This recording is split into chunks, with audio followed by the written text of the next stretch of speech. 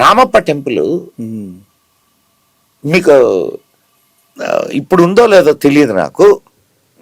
నేను కొన్ని సంవత్సరాల క్రితం మాత్రం మన బిర్లా ప్లానెటోరియంలో ఒక ఎగ్జిబిషన్ ఉంది. దాంట్లో రామప్ప టెంపుల్కి వాడినటువంటి ఒక బ్రిక్ని అక్కడ ఎగ్జిబిట్ చేశారు. ఎగ్జిబిట్ చేస్తుండే వాళ్ళు. ఏంటంటే అది నీళ్లలో తేలుతుంటుంది. మరి దాంతో రామప్ప టెంపుల్ని ఈరోజు నీళ్లలో తేలే బ్రిక్ని తయారు చేయమనండి చాలు.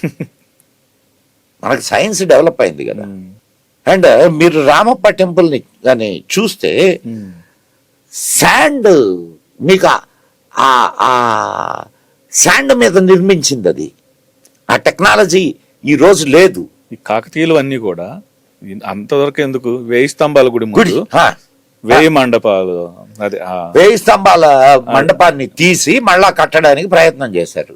ఇంతవరకు అది కంప్లీట్ కాలేదని అంటే వీళ్ళకి ఆ టెక్నాలజీ తెలిసి కదా.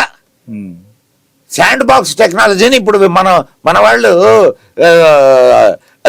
దుబాయ్కో లేకపోతే ఈ అరేబియా దేశాలకు పోయి తెచ్చుకుంటున్నారు. కానీ అదే టెక్నాలజీని ఉపయోగించి ఆనాటి కాలంలో వాళ్ళు ఎట్టగట్టారు అంత పెద్ద మండపాన్ని? అదే టెక్నాలజీని కదా ఉపయోగించారు. అంత పెద్ద మండపాన్ని ఎట్ట కట్టగలిగారు? అండ్ అక్కడ భూమిలో కదలికలు చాలా ఎక్కువగా ఉంటాయి.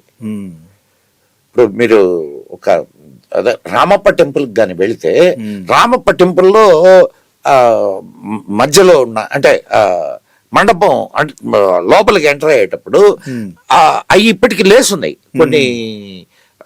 ఇవంతా ప్లేస్ అంతా ఇట్లా అడ్జస్ట్మెంట్ లాగా ఇన్ని వందల సంవత్సరాల నుంచి టెంపుళ్ళు చెక్కు చెదర్లా నీళ్లలో తేలేటటువంటి రాతిని ఇటుకల్ని తయారు చేశారు.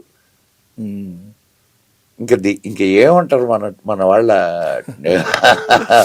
టెక్నాలజీని.